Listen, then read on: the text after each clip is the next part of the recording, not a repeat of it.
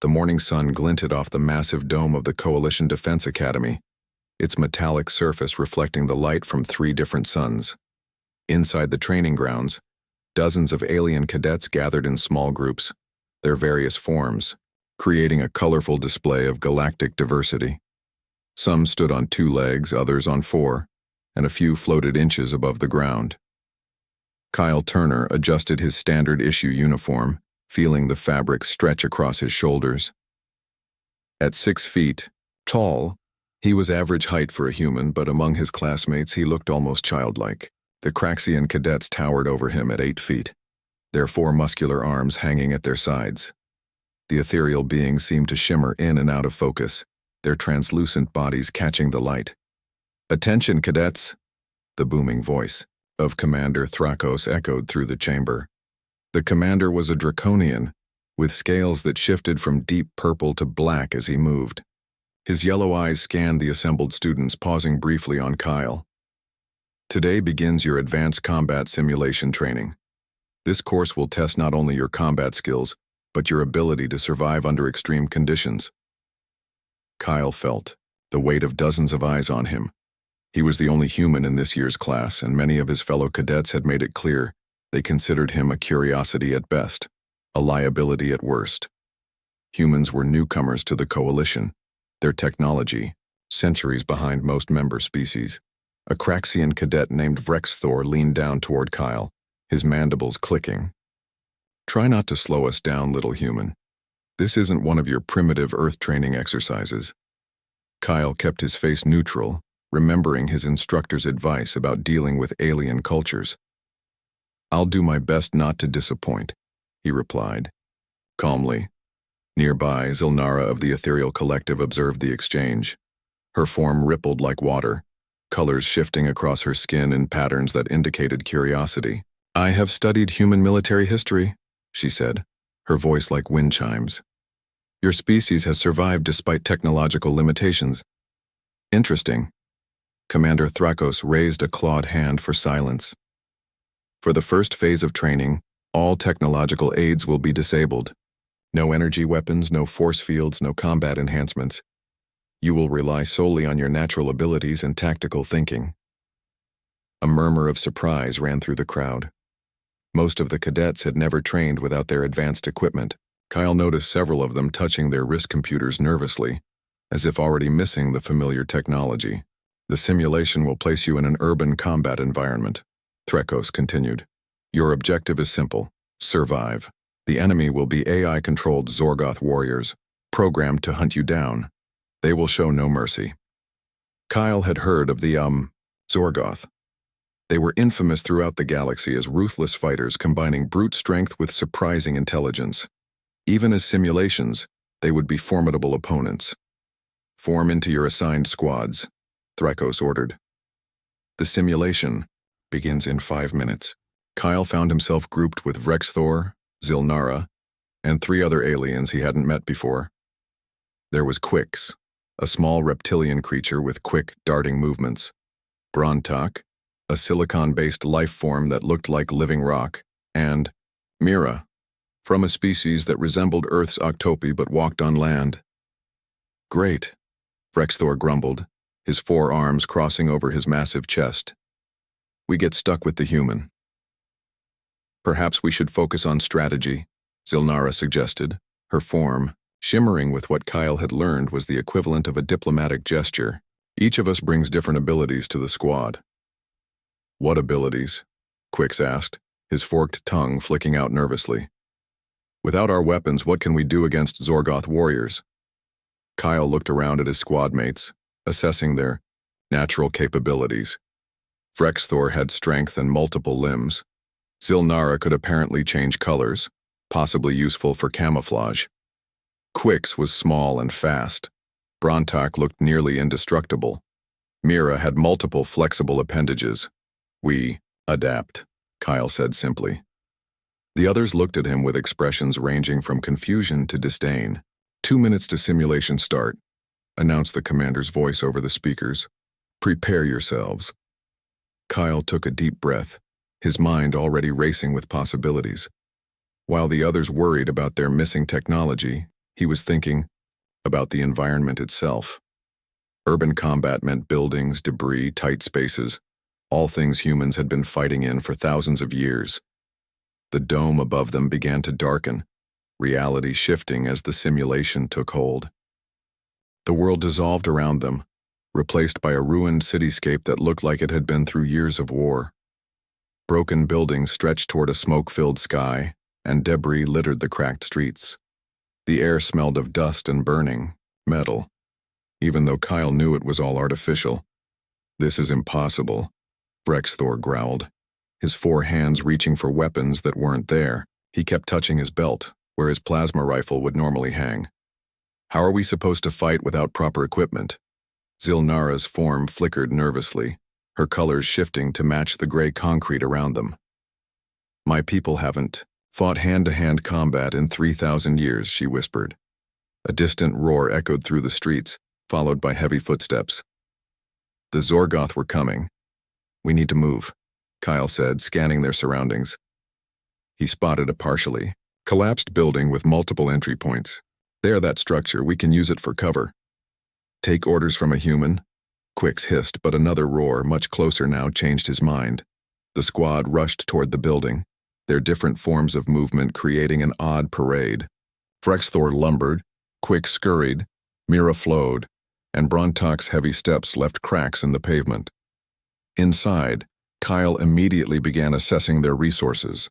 Broken furniture, metal pipes, electrical wires, and chunks of concrete lay scattered everywhere.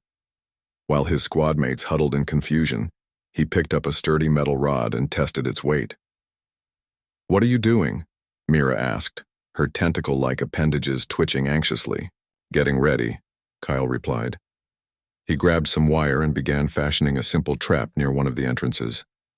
"The Zorgoth will expect us to be helpless without weapons. We need to prove them wrong." The first Zorgoth warrior appeared in the doorway, a massive creature covered in thick armor plates. Its red eyes scanned the room, focusing on the group of cadets. It let out a battle cry and charged. Rexthor stepped forward to meet it, trying to use his superior strength. But without his combat enhancers, he was slower than usual. The Zorgoth easily knocked him aside, sending the Craxian crashing into a wall. "Spread out!" Kyle shouted, diving to the side as the warrior turned toward him. He rolled behind a pillar, his mind racing. The Zorgoth's armor looked impenetrable, but there had to be weak points. Zilnara tried to become invisible, her form shimmering, but fear made her control slip. Her outline remained visible, a ghostly shape that drew the Zorgoth's attention. It lunged toward her. Kyle didn't think. He just acted. Grabbing his metal rod, he sprinted forward and swung at the back of the warrior's knee joint, where the armor plates didn't quite meet. The Zorgoth stumbled, giving Zilnara time to escape. "The joints!" Kyle called out. "Target the joints and gaps in their armor." But his squadmates seemed frozen. Brontak stood motionless, unused to fighting without his energy shields. Quix darted around frantically but couldn't bring himself to get close enough to attack. Mira had wrapped herself around a support beam, all her appendages tucked in defensively. The Zorgoth recovered quickly, turning to face Kyle with murderous intent. Kyle backed away, keeping the metal rod between them. His heart pounded, but his mind remained clear. This was just like the training simulations back on Earth, only with higher stakes. The warrior charged again. This time Kyle was ready. He ducked under its swinging arm and jabbed the rod into its armpit, another weak spot. The Zorgoth roared in pain and rage. "See?" Kyle shouted to his squad. "They can be hurt. Help me." But before anyone could respond, 2 more Zorgoth warriors entered the building. The situation had just become much worse. Rexthor struggled to his feet, shaking his head to clear it. "This is suicide," he muttered. "We need our weapons." "We are the weapons," Kyle replied, not taking his eyes off the advancing enemies. He noticed a hanging electrical cable and an idea formed. "Zilnara, can you create a distraction? Just for a few seconds?" The ethereal hesitated, then nodded. She concentrated, and suddenly, multiple copies of herself appeared around the room, all flickering and shifting. The Zorgoth warriors paused, confused by the illusions. Kyle used that moment to grab the electrical cable. It was still live, sparking where it had been torn from its socket. He waited until one of the warriors stepped into the puddle of water near the entrance, then thrust the cable down. The Zorgoth convulsed as electricity coursed through its body, then collapsed with a heavy thud. The simulation's safety protocols registered the kill, and the warrior dissolved into pixels. The remaining cadets stared in shock. They had just seen a human, with no advanced technology, take down one of the galaxy's most feared warriors using nothing but observation and basic physics. Two Zorgoth warriors circled the cadets, their armored feet crunching on broken glass. Kyle crouched behind an overturned desk, his mind working overtime. The metal rod felt light in his hands, but he knew it wouldn't be enough against multiple enemies. "We need to work together," he called out to his squad. "Vrexthor, you're the strongest. Brontak, you're nearly indestructible. Use that." "Easy for you to say," Quix chittered, pressed flat against a wall. "You humans are used to being primitive." Kyle ignored the insult. He was too busy studying the Zorgoth's movements. They were systematic, checking corners and debris piles. But they moved in a pattern, always keeping the same distance from each other. An idea struck him. He grabbed a chunk of concrete and threw it hard against a metal beam. The loud clang echoed through the building, and both warriors turned toward the sound. "Now!" Kyle shouted, sprinting toward the nearest window. He didn't wait to see if anyone followed. Outside, he found himself in an alley filled with more debris. Perfect. He quickly gathered materials: broken glass, twisted metal, loose wires. His hands moved with practiced efficiency, creating simple but effective tools. Footsteps behind him made him spin around, rod raised. It was Zilnara, her form rippling with anxiety. "How do you know what to do?" she asked. "Without computers telling you the best strategy?"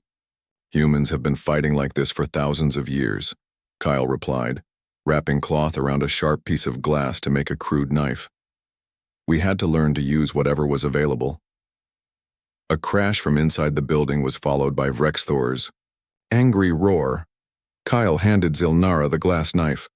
"Your people can change colors, use that for ambush, strike when they don't expect it."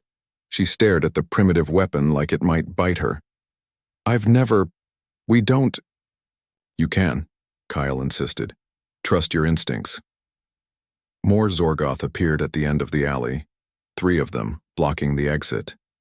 Kyle's heart sank, but he didn't let it show. Instead, he looked up. The buildings were close together here, with fire escapes and ledges creating a pathway above street level. "Follow me," he said, jumping to grab the lowest rung of a fire escape ladder. He pulled himself up, muscles straining. Zilnara floated up beside him, her species' natural levitation giving her an advantage. From above, Kyle could see the whole street. Vrexthor and the others had been driven out of the building and were cornered by 5 Zorgoth warriors. The aliens looked defeated, standing in a helpless group. "We have to help them," Zilnara said, surprising Kyle with her determination. Kyle nodded, scanning for opportunities. He noticed a large sign hanging precariously from rusty chains. Below it, electrical wires sparked where they had fallen. An abandoned vehicle sat nearby, its fuel tank exposed. "I have a plan," he said, "but I need you to trust me completely." Zilnara hesitated. Then her colors shifted to a pattern Kyle had learned meant agreement. "What do you need me to do?" Kyle explained quickly, then moved into position. He waited until the Zorgoth were directly under the sign, then used his metal rod to break the rusty chains. The heavy sign crashed down, scattering the warriors. In the confusion, Zilnara dropped down behind them, her form perfectly matching the rubble-strewn ground. She struck quickly with the glass knife, targeting the weak points Kyle had shown, her. One Zorgoth fell, then another. Kyle swung down from the fire escape, landing on a warrior's back. He jammed his rod into its neck joint, where the helmet met the body armor. The creature thrashed wildly, but Kyle held on, using its own movement to drive the rod deeper. Vrexthor, seeing the human's success, finally overcame his shock.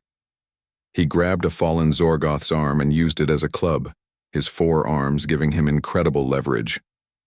Brontak charged forward, using his stone-like body as a battering ram. Even Quix joined in, darting between the warrior's legs and causing them to stumble. Mira wrapped her appendages around a Zorgoth's head, blinding it. The tide had turned. Where moments ago the cadets had been helpless prey, they were now working together, using their natural abilities in ways they'd never considered. Kyle rolled away from his defeated opponent, breathing hard. He looked around at his squad, saw the dawning realization in their eyes. They didn't need advanced weapons to fight. They just needed to think differently. But the simulation wasn't over. In the distance, Kyle could hear more Zorgoth approaching, many more, and this time they would be ready for the cadets' new tactics. "Regroup," Kyle called out. "We need to move to better ground. I have some ideas, but we'll need everyone working together." For the first time, none of his squad mates argued. They gathered around him, ready to listen to the human who had shown them a different way to fight. The squad moved through the ruined city like shadows following Kyle's lead. He guided them through narrow alleys and abandoned buildings, always staying one step ahead of the Zorgoth patrols. His squad mates watched in amazement as he read the IO environment like a book, finding paths where they saw only obstacles. "How do you know which way to go?" Brontak rumbled, his stone feet leaving deep impressions in the dirt. "Look at the dust patterns," Kyle explained, pointing to the ground. "See how it's disturbed here? Something large passed through recently. We go the other way." They climbed through a broken window into what had once been an office building. Kyle immediately began setting up defensive positions, using overturned desks and filing cabinets to create barriers. "Vrexthor, help me with this," he said, trying to move a heavy metal desk. The Craxian hesitated, then used his 4 arms to easily lift what Kyle had been struggling with. "You think like a warrior," Vrexthor said, a note of respect creeping into his voice. "Even without weapons," Kyle smiled grimly. "Humans have always had to make do with what we have. Sometimes that's our greatest strength." Zilnara floated near a window, keeping watch. Her form had taken on the mottled gray of the concrete walls, making her nearly invisible. "They're coming," she whispered. "At least 10 of them." Kyle moved to look. The Zorgoth were searching systematically, checking every building. "They would reach this one in minutes."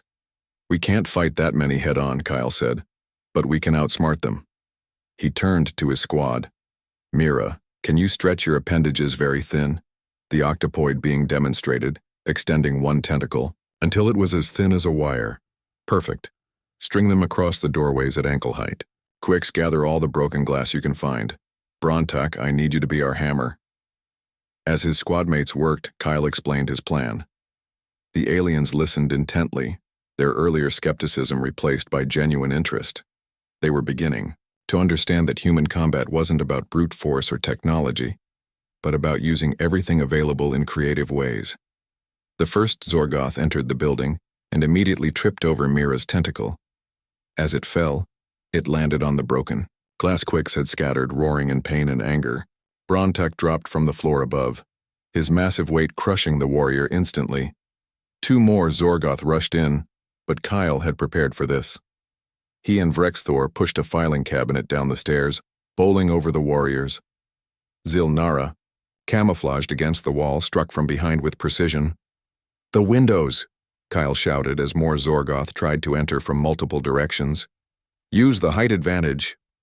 The squad moved like a well-oiled machine. Vrexthor threw debris, with his 4 arms forcing the Zorgoth to take cover. Quix darted between positions, creating distractions. Mira used her flexibility to attack from unexpected angles. Kyle found himself face to face with a Zorgoth commander, larger than the others and wearing heavier armor. The creature laughed, a harsh metallic sound, and raised its massive fist. Instead of retreating, Kyle stepped forward inside the warrior's reach. He grabbed a loose electrical cable and jammed it into the small gap between the commander's chest plate and helmet.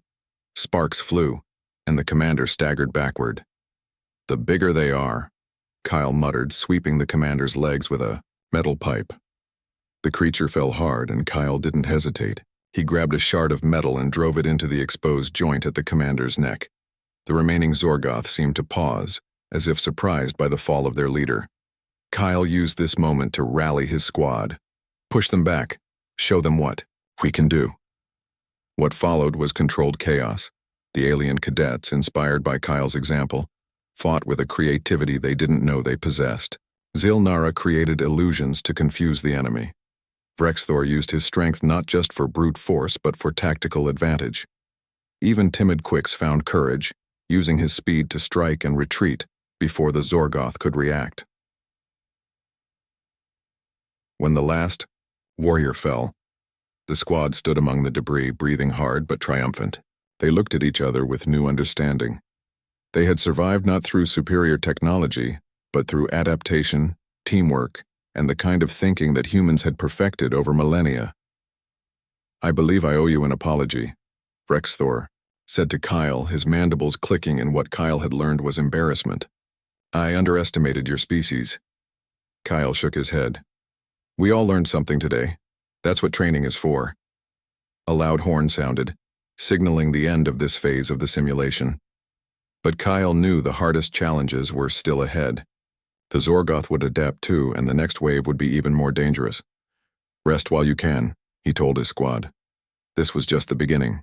The brief rest period ended too quickly.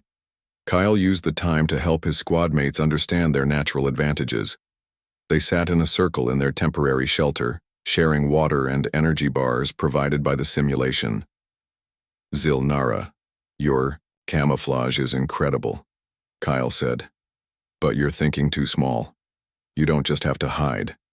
You can create false targets, lead enemies into traps."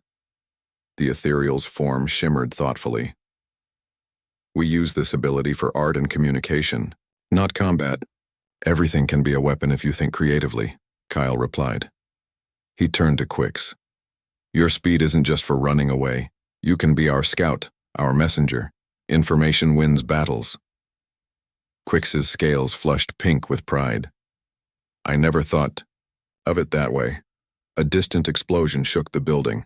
The next wave was beginning. Kyle stood up, brushing debris from his uniform. "Remember, we're stronger together. Watch each other's backs." They emerged from their shelter to find the simulation had changed. The ruined city now included environmental hazards. Fires burned. In several buildings, toxic gas leaked from broken pipes and unstable structures threatened to collapse. "They're trying to separate us," Kyle realized. "Force us to deal with multiple threats at once." As if on cue, Zorgoth warriors appeared from 3 directions. But these were different. They moved more carefully, had learned from their previous encounters. Some carried makeshift shields made from debris. "They're adapting," Vrexthor growled. "So will we," Kyle said. "Brontek, you're immune to the fire and gas. Use that. Mira, the water in that broken main, can you redirect it?" The squad split up, each member using their unique abilities. Brontek charged through flames that would have killed the others, ambushing Zorgoth from unexpected angles. Mira manipulated the water flow, creating slippery surfaces that sent warriors tumbling. Kyle found himself separated from the group, cornered in a burning building with 2 Zorgoth blocking the exit. Smoke filled his lungs, making it hard to breathe. The warriors advanced slowly, having learned not to underestimate the human. But Kyle had one advantage they couldn't predict: human stubbornness. He refused to give up. Grabbing a burning piece of wood, he charged forward with a yell that surprised even himself. The Zorgoth, expecting him to retreat from the flames, were caught off guard. He swung the burning wood like a club, sparks flying everywhere. One warrior raised its shield, but Kyle dropped low and swept its legs. As it fell, he jammed the burning end into its face sensors, blinding it. The second warrior grabbed him from behind, lifting him off the ground. Kyle struggled, feeling his ribs compress under the pressure. Black spots danced in his vision. "Kyle!" Zil-Nara's voice cut through the roar of flames. She appeared from nowhere, her camouflage dropping as she struck the warrior's exposed back joint. The grip loosened just enough for Kyle to break free. Together, they finished the fight. As the warriors dissolved into pixels, Kyle and Zil-Nara helped each other out of the burning building. You came back for me, Kyle said, coughing smoke from his lungs. We don't leave squad mates behind, Zilnara replied. You taught us that. They regrouped with the others who had also survived their encounters. Each had stories of how they'd used Kyle's lessons to overcome the Zorgoth's new tactics. The human way of fighting, Vrexthor said, it's not about the individual, it's about the team. Kyle nodded. That's what makes us dangerous. Not our strength or our technology, but our ability to work together, to sacrifice for each other. Another horn sounded, but this time it was different.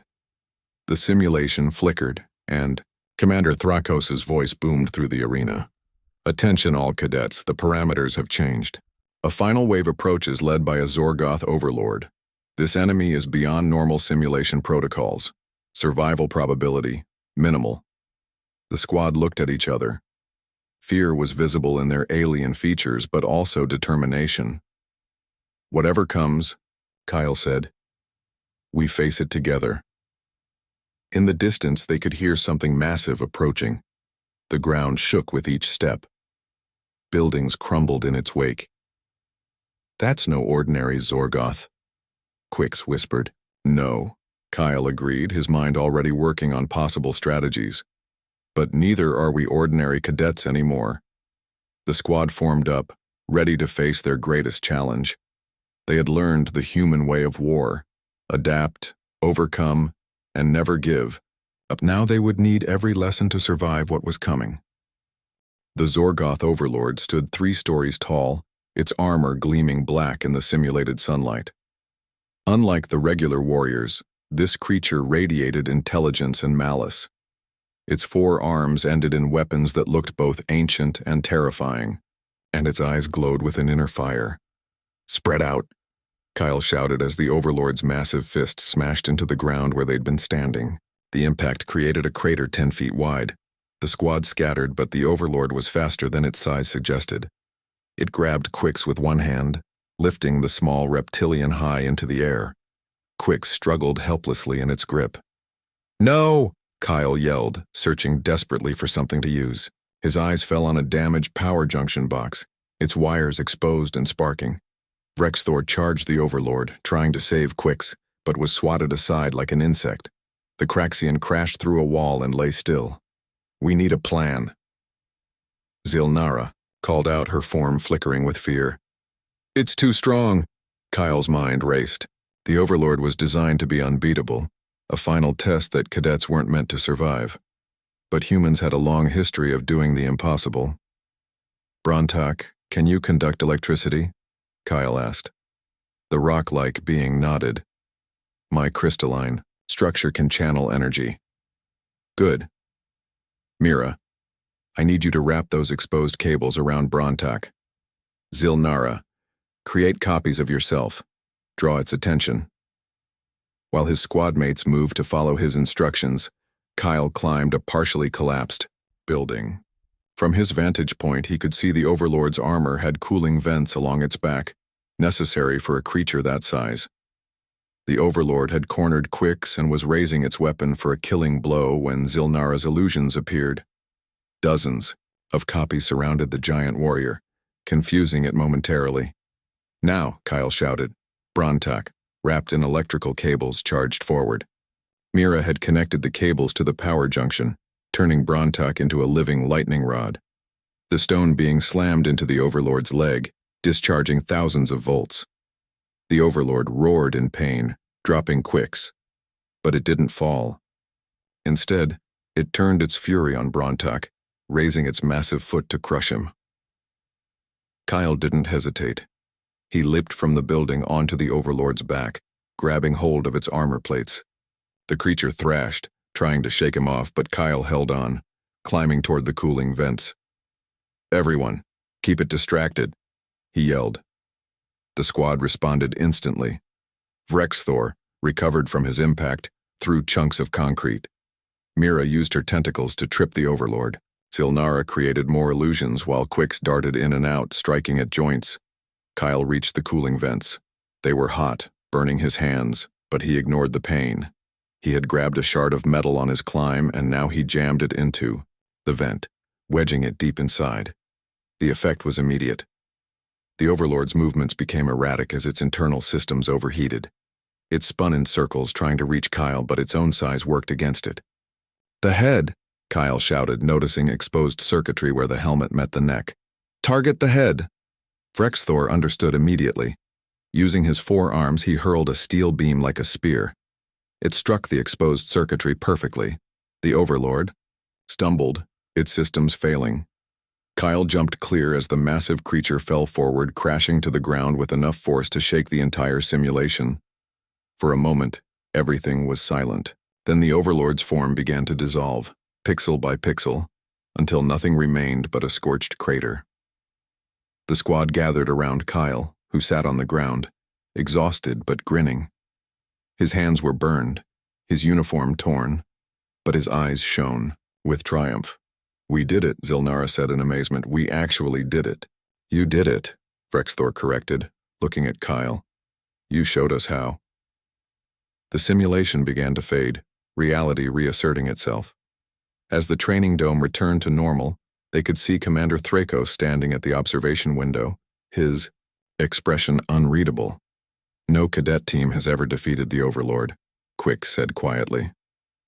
"It's supposed to be impossible." Kyle stood up, wincing at his injuries. Humans specialize in impossible. The dome's doors opened, and medical staff rushed in to tend to their injuries. But the alien cadets barely noticed. They were too busy looking at Kyle with something approaching awe. They had entered the simulation as skeptics, dismissing humans as primitive.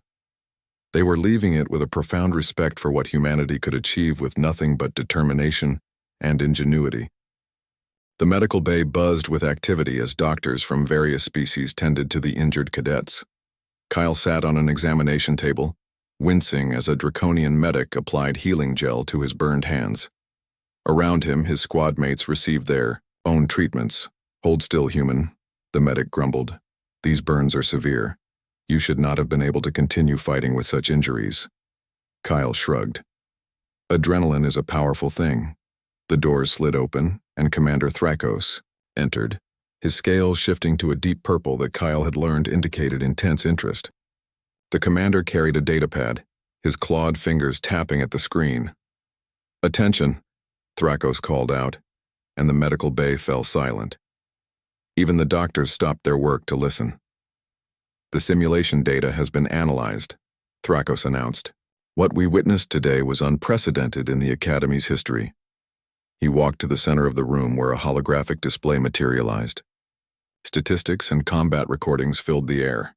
"Cadet Turner," Thrakos said, turning to Kyle, "you used 0 advanced weapons, 0 combat enhancements, and 0 technological aids. Yet you achieved the highest enemy elimination count, maintained 0 casualties in your squad, and defeated an Overlord-class opponent." The hologram showed Kyle's improvised weapons, his tactical movements, his leadership moments. Each action was broken down and analyzed. "More importantly," Thrakos continued, "you transformed your entire squad. Each member showed improvement in combat effectiveness by over 300% after adopting your methods." Frexthor stepped forward, his 4 arms crossed respectfully. "Commander, I request that this human's techniques be added to our standard training curriculum." Several other cadets voiced their agreement. Even cadets from other squads who had watched the simulation were nodding. Thrakos' scales shifted to a golden hue. "That decision has already been made. The Coalition Command watched your entire simulation. They are impressed." Kyle felt uncomfortable. With the attention. "I just did what any human would do, sir." "That," Thrakos said, "is precisely why your species was recruited. We have become too dependent on technology. We forgot the fundamental principles of warfare: adaptation, creativity, determination." Zilnara floated forward, her form shifting to display patterns of respect. "Commander, will Kyle be teaching these methods to other cadets?" "Cadet Turner will be assigned as an auxiliary instructor," Thrakos confirmed. "His unique perspective is too valuable to limit to a single squad." The medical bay erupted in clicking, humming, and other sounds of alien approval. Kyle's squad mates gathered around him, their earlier prejudices completely forgotten. "I have one more announcement," Thrakos said, raising his hand for silence. "The Coalition Command has authorized a new medal for exceptional innovation in combat. Cadet Turner will be the first recipient." Kyle stood up, despite the medic's protest about his unfinished treatment. "Sir, I can't accept individual recognition. Everything we achieved was as a team." Thrakos' mouth curved in what might have been a smile. "Spoken like a true human. Very well. The entire squad will receive commendations." Later, as the squad left the medical bay, they found themselves surrounded by other cadets asking questions, seeking advice, wanting to learn the human way of fighting. "You've started something," Vrexthor said to Kyle, amusement in his voice. "Every cadet in the academy will want to train like a human now." Kyle watched as Quix demonstrated to a group how to use speed for tactical advantage, while Zilnara explained the concept of misdirection to others. Even Brontak was showing cadets how everyday objects could become weapons. "Good," Kyle replied. "The galaxy's a dangerous place. The more people who know how to defend themselves without technology, the better." A young cadet from a species Kyle didn't recognize approached nervously.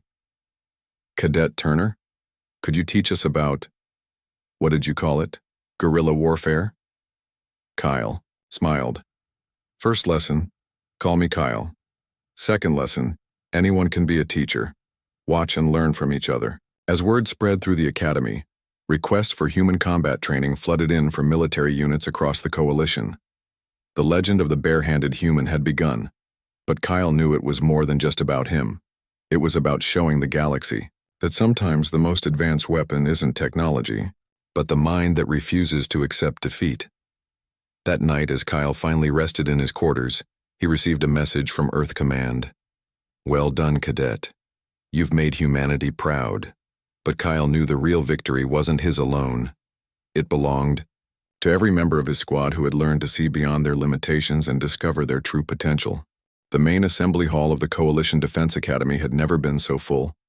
Cadets from every year and every species crowded the vast chamber, their diverse forms creating a sea of colors and shapes. At the front, Commander Thrakos stood, beside a large holographic display, with Kyle and his squad seated in places of honor. "Today marks a turning point in Coalition military doctrine," Thrakos began, his voice carrying to every corner of the hall. "For too long, we have relied solely on technological superiority. Cadet Turner has reminded us of a fundamental truth. The most powerful weapon is not the one in your hand, but the mind that controls it." The hologram showed highlights from Kyle's simulation, drawing gasps and clicks of amazement from the audience. Many cadets leaned forward, studying every move, every improvised tactic. "The human approach to combat is not about having the best equipment," Thrakos continued. "It's about using whatever is available in the most effective way possible. It's about adaptability, creativity, and above all, the refusal to accept defeat." Kyle felt hundreds of eyes on him but kept his gaze forward. He wasn't comfortable being the center of attention, but he understood the importance of this moment. "Cadet Turner," Thrakos said, turning to him. "Would you address your fellow cadets?" Kyle stood, his newly healed hands clasped behind his back. He looked out at the sea of alien faces, remembering how just days ago, many of them had dismissed humans as primitive. "I'm not special," Kyle began, his voice steady. "Any human in my position would have done the same thing. We evolved on a planet where we weren't the strongest, fastest, or toughest species. We survived because we learned to think differently." He paused, gathering his thoughts. "The Zorgoth weren't defeated by superior firepower. They were defeated by teamwork, by using our environment, by refusing to give up even when the odds seemed impossible." Vrexthor stood up beside him. "I once thought humans were weak because they lacked our advanced technology. I was wrong.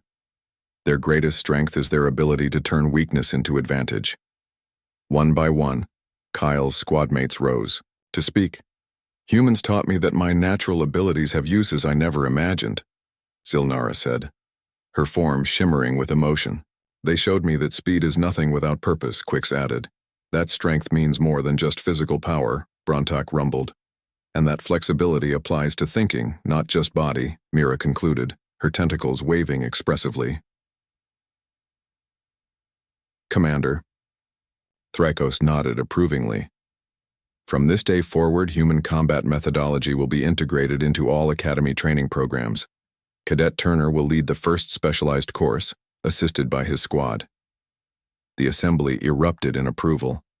Kyle saw cadets already forming groups, discussing how to apply human tactics to their own abilities. After the assembly, Kyle found himself surrounded by eager students from dozens of species. They asked about everything from basic survival skills to advanced guerrilla tactics. Remember, Kyle told them, it's not about copying human methods exactly. It's about learning to think creatively, to use what you have in ways no one expects. As the crowd finally dispersed, Commander Thrykos approached Kyle privately. You've changed more than just our training methods, he said. You've changed how we see humans and perhaps more importantly how we see ourselves. Kyle smiled. That goes both ways, sir. I've learned just as much from my squad mates. That evening, Kyle sat with his squad in their quarters, sharing stories and laughing about their experience. The barriers between species had fallen away, replaced by mutual respect and friendship. You know what's funny? Vrexthor said, his mandibles clicking with amusement. The Coalition recruited humans thinking they needed protection. Turns out humans might be the ones protecting us. Kyle shook his head. We're stronger together. That's the real lesson. Outside, the three suns of the Academy world set in spectacular colors. Inside, plans were being made, training programs developed, and a new era of Coalition military thinking was beginning. The legend of the human who fought the Zorgoth barehanded would spread throughout the galaxy. But Kyle knew the truth. It wasn't about one human's actions. It was about showing the galaxy that sometimes the most advanced civilizations need to remember the basics that got them to the stars in the first place. In the vast cosmos, humanity had found its place not as the most technologically advanced species, but as the one that reminded everyone else what truly mattered in survival, the unconquerable spirit that refuses to accept defeat.